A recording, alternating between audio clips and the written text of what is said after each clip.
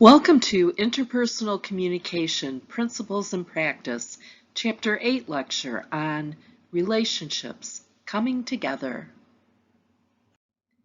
We'll begin with our chapter objectives. After studying this chapter, you should be able to do the following. You should be able to explain attraction theory, list the characteristics of friendship, explain the stages of the friendship lifespan, list and describe relational maintenance behaviors, describe the 4 styles of managing relationship conflict, give an example of each of 5 relationship rules, describe how romantic relationships are similar to and different from friendship, explain predicted outcome value theory, and name and describe KNAP's 5 stages of relationship development.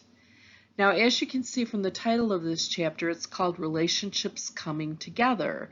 So we're looking at how friendships and romantic relationships form and how they continue and are maintained.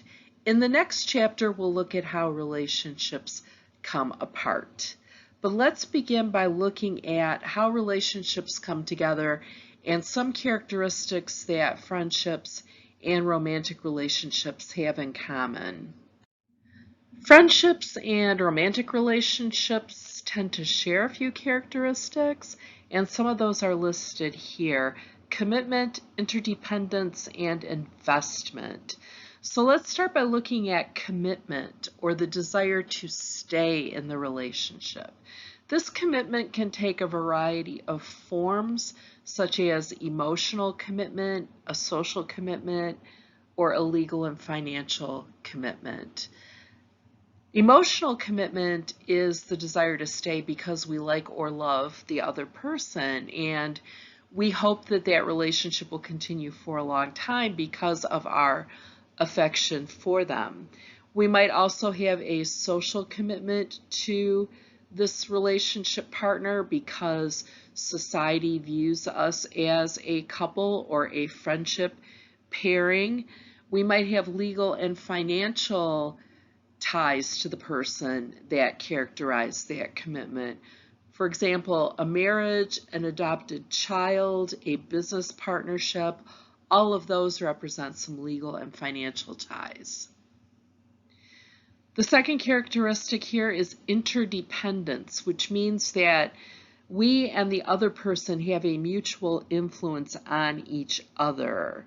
So when you are in a friendship or a romantic relationship with another person, what one person does can have an effect on the other person. It can have an outcome on the other person. Choices that you make as an individual can affect your relationship partner to a different degree. For example, in a friendship, maybe you're considering taking a job in a distant city and moving far away. So you might consider how you're going to tell your friend and how you're going to maintain that friendship over long distance, as the nature of it might change. If you're in a romantic relationship with somebody and you're offered a new job in a distant city, that's a choice that you're probably not going to make alone. You're going to share the decision-making process with your partner because the outcome is going to have a big effect on both of your lives. So that's what interdependence means. You rise and fall together, and your decisions can affect one another. And finally, personal relationships involve some kind of investment, 3 of which are listed here: time, money, and emotion. In the last chapter, when we looked at benefits and costs of friendships, we discussed all of these.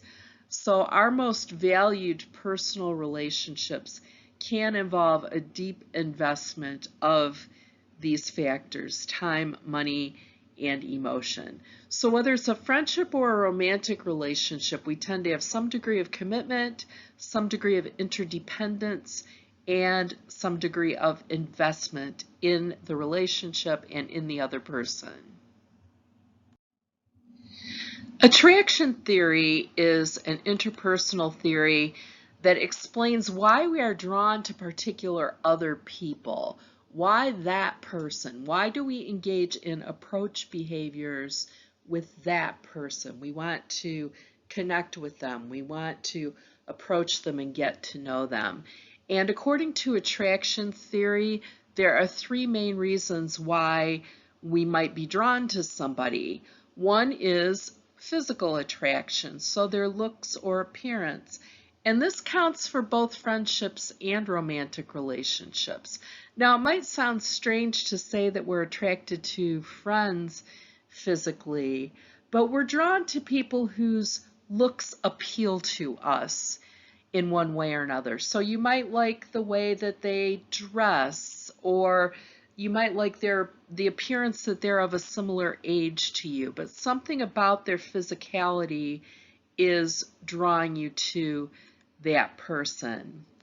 The second thing that draws us together is social attraction. So we're attracted to somebody's personality, the way they interact with others, the way they are in the world as a social human being who's a member of community with others. And thirdly, we're often attracted to somebody because of their abilities or skills, and we call this task attraction. We're attracted to somebody or drawn to somebody because of their competence and dependability in a certain area. And a good illustration of this is to think about group projects or a situation where you've been in class and the professor has said, find a partner, you're going to do this in teams. Well, you're probably going to look for someone that has task attraction for you. You think that they're smart and they're dependable, that they will make a good working partner in that project. So that's why you're drawn to them. So we're attracted to people, whether friendship or romantically, for these three reasons, and all three might be going on at the same time. One might count for more than others. You might weigh one of these more heavily than the others. But the important thing to keep in mind is that whether it's friendship or love, we tend to be drawn to people for the same kinds of reasons. We'll begin with examining the idea of friendship, how friendships are formed, how we're drawn to certain people as potential friends. We'll use this working definition for friendship as we go through this chapter. Friendship is a voluntary interpersonal relationship characterized by intimacy and liking. So keep in mind the main parts of that definition. It's voluntary, it has a level of intimacy, and there is liking between the parties. So with that definition in mind, let's take a deeper look at friendship by examining these characteristics of friendships. First, we said it's voluntary. So we choose our friends on purpose and with our own free will. But friendship is voluntary but not arbitrary. And what that means is we don't usually become friends with just any old random person. Usually we choose our friends from among our existing social circles. If you are a student, you will probably look to your classmates and people who live in your dorm or apartment building, people who are members of the same student organizations as you. You look at that group of people as your pool of potential friends. So there is a limit to the number of people and the type of person you're choosing from. So we say friendship is voluntary, but not necessarily arbitrary. It's not completely random.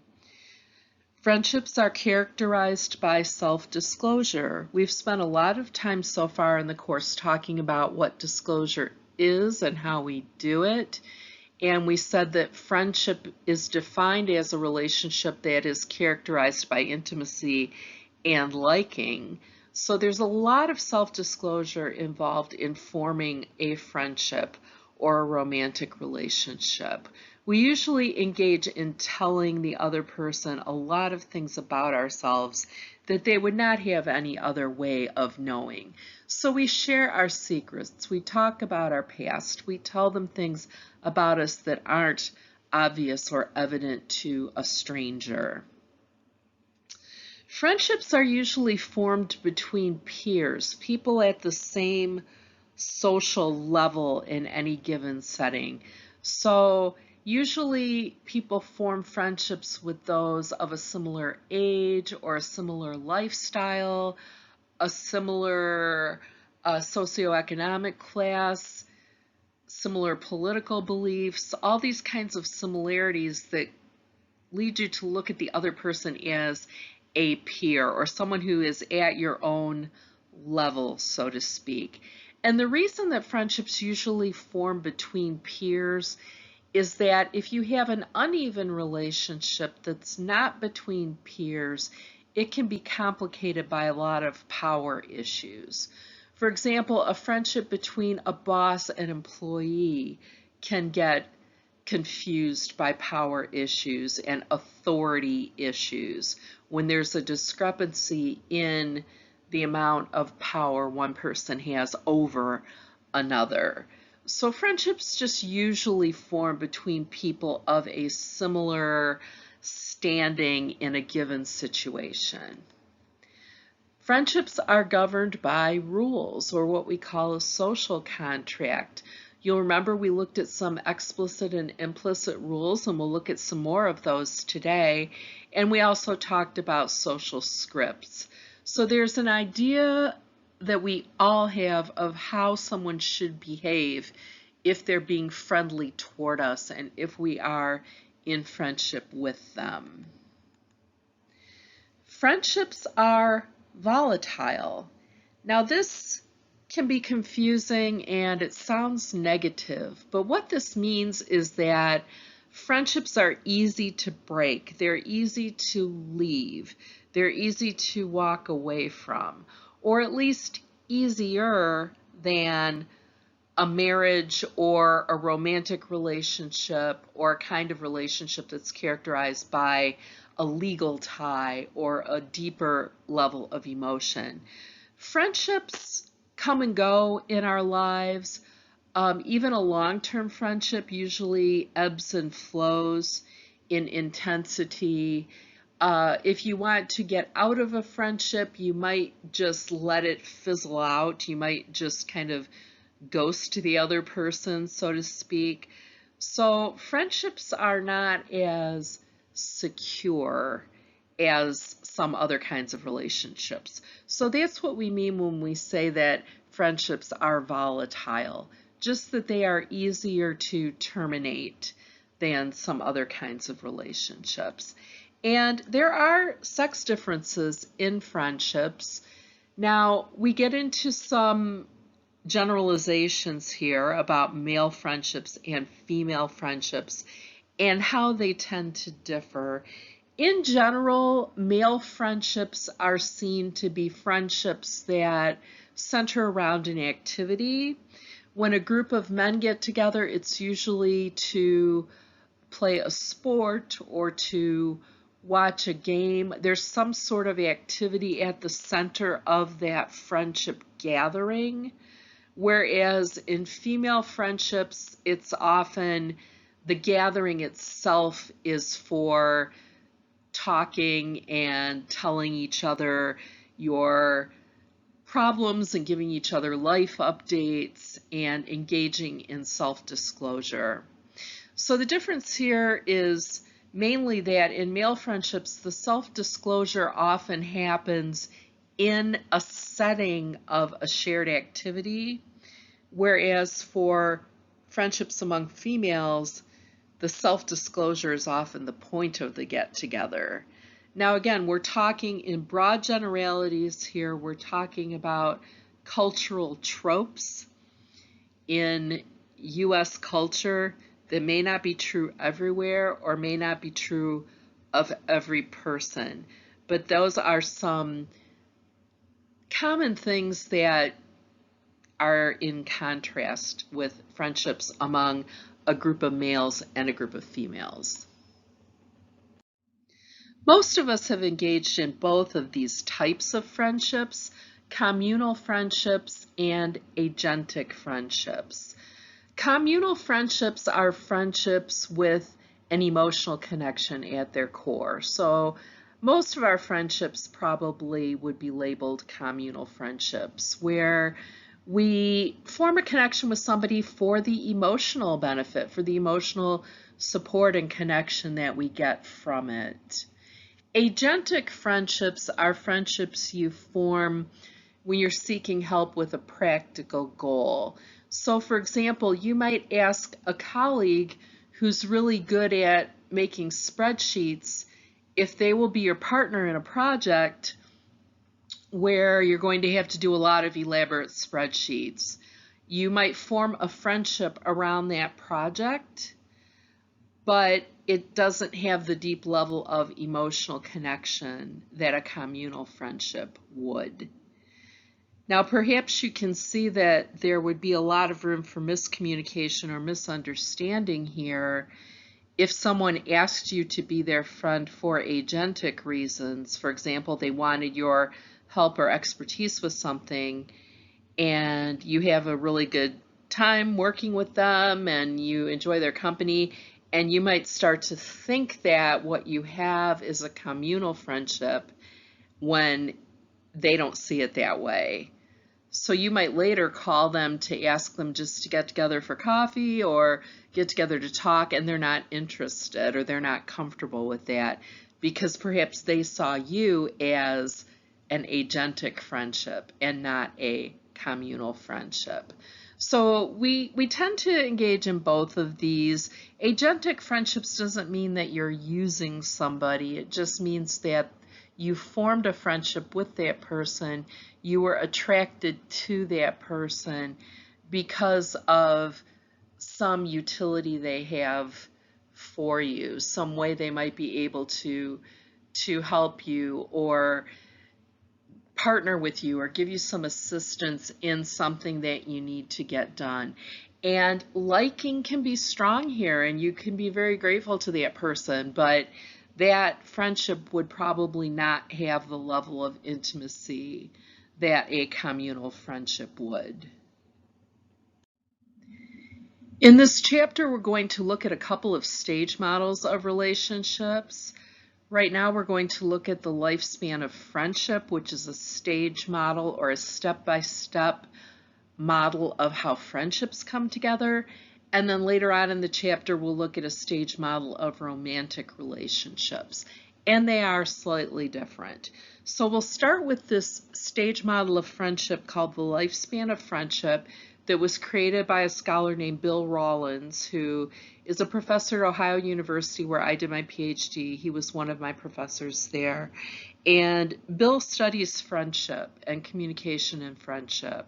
So he has interviewed hundreds, perhaps thousands of friendship pairings. He has written several books about friendship, and he's devised this model of the steps that people go through as they become friends. The first stage is called role-limited interaction. So at this stage, the two of you are strangers following social norms. So for example, let's look at two classmates, okay?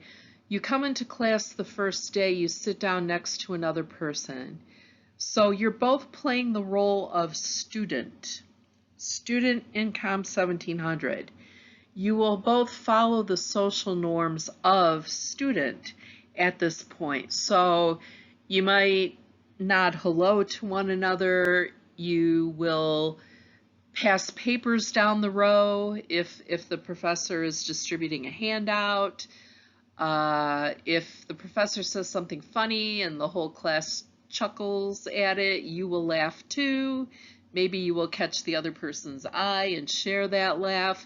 But you are following the social norms of student in this first coming together. The second stage in the lifespan we call friendly relations, and in this stage you're engaging in some limited self-disclosure. So you might tell one another your name, your major, what your plans are for later in the day, something like that. Just some very limited small talk, we'll call it.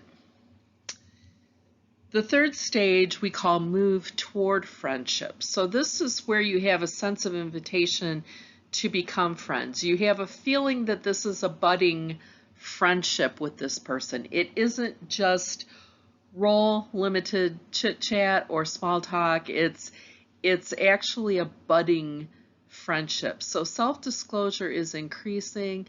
There is more of it, and it's on more intimate topics. So you both get this feeling that, yes, I think if things continue as they are, we're going to become friends.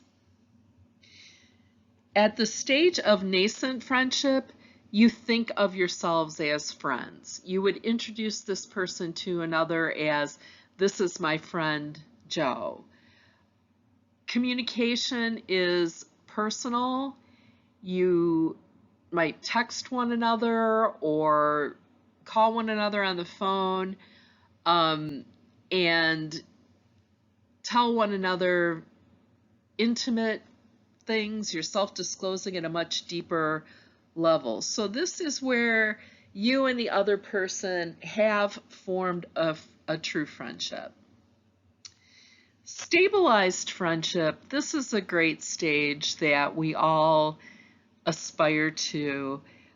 This is where the friendship is strong and trust is established. So a lot of your friendships might be stabilized friendships. They've been going on for a while. You are confident that the other person has a commitment to you. You trust them. You care for them. You like, or you would even say that you love them. You feel that they can be relied upon. If you called them with a problem, they would come to your rescue.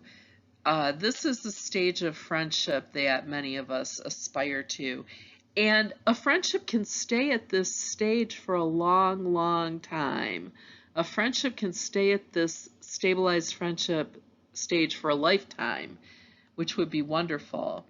But some friendships do end. So the last stage in the lifespan of friendship is called waning friendship. This is where the friendship starts to go downhill and unravel. Now, we're not going to delve deeply into that stage right now because the next chapter of the book is about relationships coming apart. So we'll take that last stage, waning friendship, and move that discussion to next time.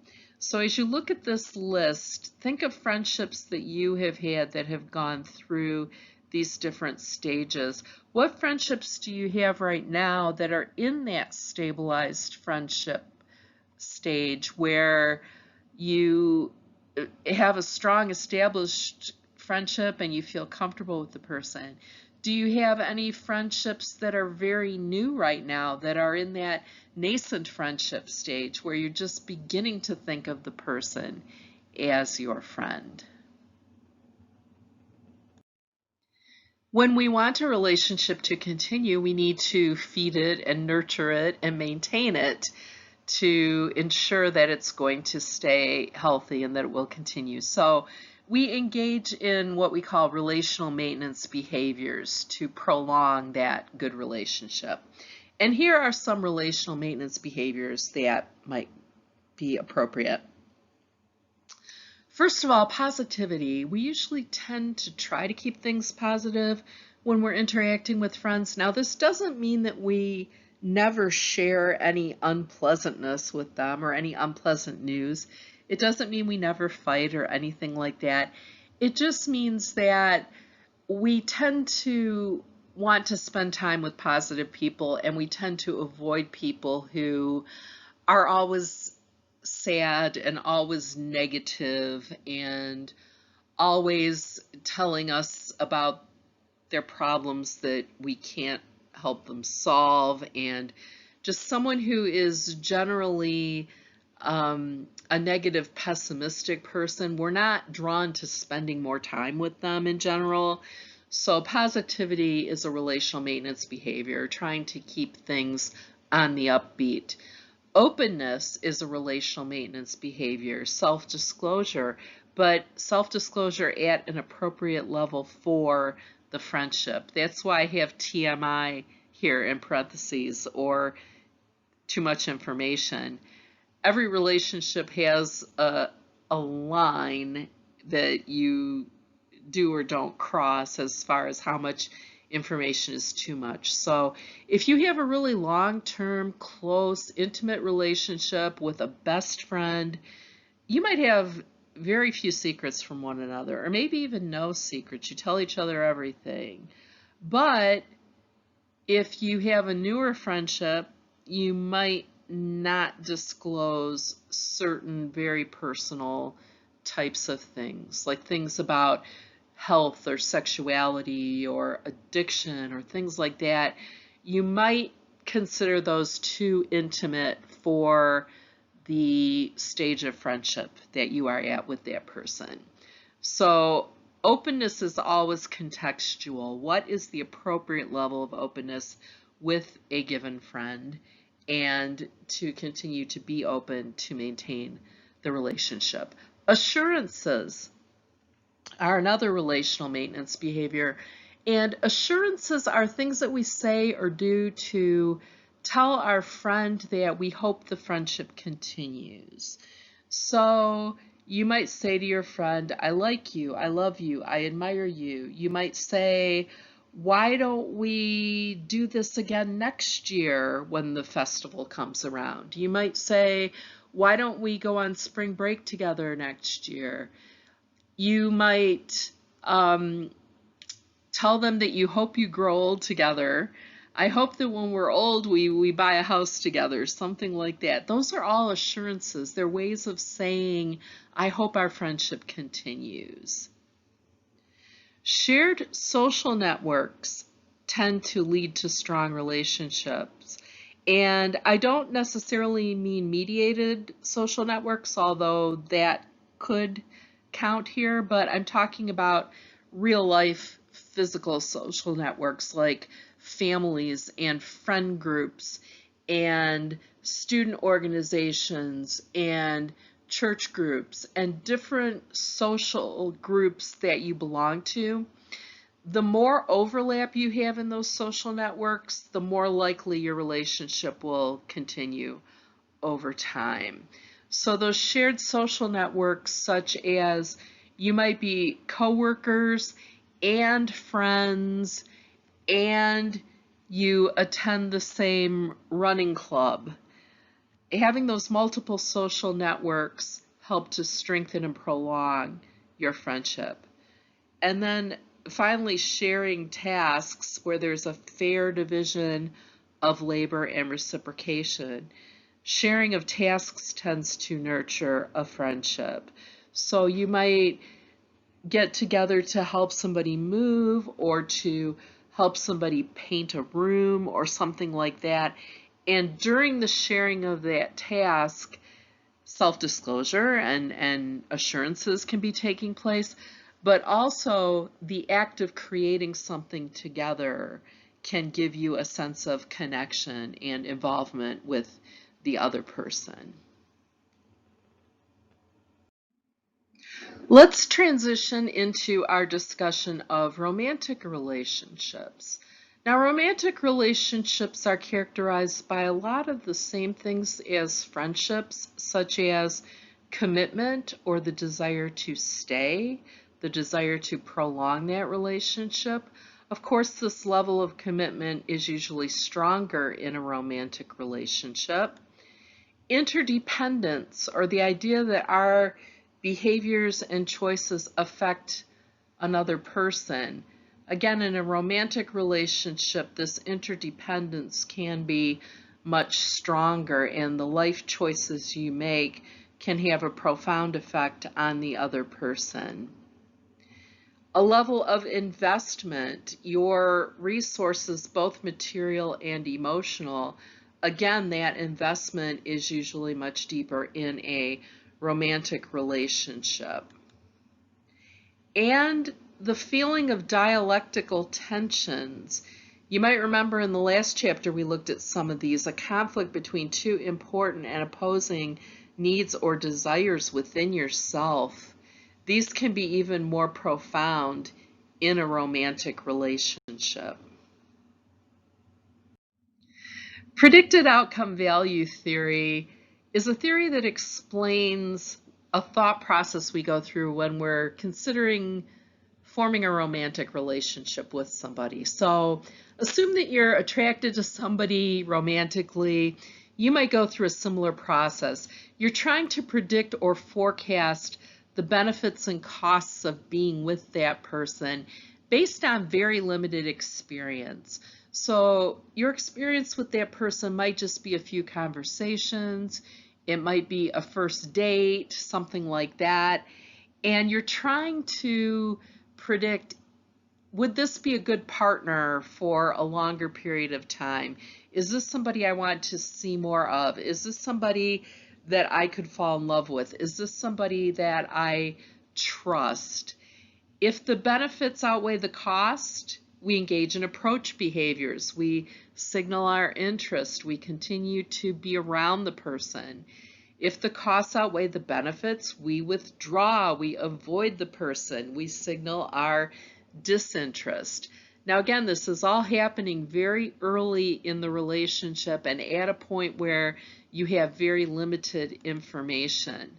So think about relationships you've had and the factors that you have weighed in predicting whether or not it was worth pursuing a relationship. And I'll give you an example. Imagine that when you go on a date, you prefer to do quiet things. You would rather, go on a picnic by the river or go see a show or something like that, rather than go to a big, crowded, noisy festival. Okay? So let's say that that's your preference and you have expressed that to the other person. You told them, I don't like big crowded events that are noisy and with a lot of activity. I prefer to do quiet things that, are pretty much just the two of us. Okay. Now, you go on a date with this person and they've arranged the date and they take you to some place that's crowded and noisy and is everything that you told them you didn't like. And they're very enthusiastic and happy about being there. And you're miserable because this is just not your type of thing. And you told them that. So now predicted outcome value theory would suggest that you would try to predict what a future relationship with this person might be like based on this limited experience. So based on that event, that outing, you might decide, you know what, I don't think this person is very considerate of my feelings. I don't think this person listened carefully to me. I don't think this person considered my comfort and enjoyment, or I think this person prioritized his enjoyment over mine. And given that, I don't know if I want to go out with him again because I don't think he's a caring person, or I don't think he is trustworthy, or I don't think he thinks about the other person as much as he thinks about himself. We all go through this kind of a thought process at the beginning of romantic relationships where we're deciding, is it worth getting in any deeper? Now, you might say that's a quick judgment, but we do engage in these quick judgments as we're trying to weigh costs and benefits against each other. So predicted outcome value theory, again, suggests based on your limited experience with this person, you're trying to forecast what a relationship with them would be like. Earlier, we looked at a stage model of friendship development. Now we're going to look at a stage model of romantic relationship development, which is referred to as Knapp's model. So as we go through these stages of relationship development, let's use the example of a couple that meets in our class. Okay, so they're a romantic pair that initially met in our class. So the first stage is called initiating, where they meet and interact for the first time. This is pretty straightforward. You sat down next to each other, you said hello maybe, and you just sat through the class together. The second stage, experimenting, is where you make some small talk. You learn some very basic information about each other, and if there's romantic interest there, you're deciding whether you want to move forward. Do you want to pursue this attraction that you're feeling? That's what happens at the experimenting stage. In the intensifying stage, you're spending more time together, especially time outside of the task that may have initially brought you together. So for example, for a couple who met in class, they start spending time together outside of class. So they might, go for a drink, go out for dinner, study together, something like that. But they're spending time together outside of that context that initially brought them together. If these two people were coworkers, they would start spending time together outside of work. So at the intensifying stage, you are spending time together outside of that original context, and you're self-disclosing more and getting to know each other better. Now let's assume that after the intensifying, you decide that you are interested in this person romantically and you want to be a couple. That would move you into the integrating stage, where you integrate or interweave your lives together. So you start thinking of yourselves as a couple, other people start thinking of you as a couple. You use the word we instead of I. You start including your partner in your decision making, things like that. The two of you think of yourselves as a unit, and other people think of you as a unit at the integrating stage. Now the fifth stage is bonding, and not every couple gets to this stage. Bonding is where the couple makes a public commitment to stay together, such as getting engaged, getting married, buying a home together, having a baby together, something like that. And when we say a public commitment to stay together, this is something that a stranger could see, something that the public would recognize as putting you in a committed relationship. Now, we use the word bonding very casually in everyday conversation. We might say that those two people really bonded with each other. That's not what we're talking about here. Here it has a very specific meaning, and a lot of couples never get to that stage. A lot of couples remain in that integrating stage. So don't think of bonding as just meaning, oh, the couple are very attached to each other. It's more than that. They've made some kind of commitment to stay together, such as the examples that I've given. An important relational maintenance behavior is dealing with conflict in a positive and productive way. So let's look at some different conflict styles in relationships. And the important thing to remember is that we all might use these in different ways at different times. So you can't just take one of these 4 styles and kind of stamp it on a person's forehead and say that's the way they deal with conflict. We're all going to use all of these with different people and in different situations.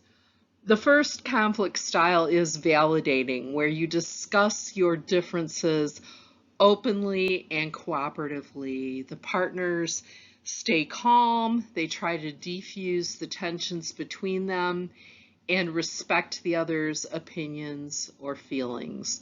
So this would be the most positive way of dealing with conflict, the most mature way of dealing with it. Not all of us engage in this one as often as we should, but this would be the preferred and ideal way. The second one, volatile, is where you discuss your problem openly and competitively. So in the volatile style, each person wants his or her own way to prevail, and this often involves fighting and then making up. So when you look at these first two, validating and volatile, notice that in both cases you're discussing it openly, but it's a question of, are you doing it cooperatively or competitively? Couples who engage in a lot of volatile conflict are the type that often have tremendous fights and then very romantic making up, which can be exciting in some ways, but is not the ideal way to keep a relationship stable. The third type of conflict style that you might engage in is called conflict avoiding, where you're dealing with conflict indirectly. You might agree to disagree. You might hope that it goes away on its own or that it will resolve itself. You are not willing to engage the problem if you are having a conflict avoiding style. And then the fourth one here, the hostile conflict style. This one is to be avoided if you want the relationship to continue and be healthy, because the hostile conflict style involves frequent and intense conflict with attacks. This conflict style involves anger, personal attacks, ridiculing the other person, sometimes physical violence. It's the very opposite of validating. It's anger, it's meanness. It is, again, to be avoided if you want to have a strong relationship. So you can see these kind of go on a spectrum. But again, validating, the top one here, would be the most preferred. To stay calm, to respect the other person's opinion, and to talk it out calmly and respectfully. Friendships and romantic relationships are governed by relationship rules. We've already talked a bit about what explicit and implicit rules are, but there are other types as well. One of which is gendered rules, or assumptions we make about the ways in which men should behave versus the ways women should behave in a friendship or romantic relationship. So some gendered rules that are kind of going out of style but are still around might be that a man should open a door for a woman, that a man should pay for a date, things like that. Rules that we tend to apply to one gender more than the other would be considered gendered relationship rules. Cultural rules. Social rules can vary vastly due to cultural norms. So what is normal in the United States for relationships might not be normal in other parts of the world. So then what happens when we have an intercultural couple dating and trying to behave as they think they are expected to, but possibly running into some communication difficulties and differences because of the assumptions that they're making.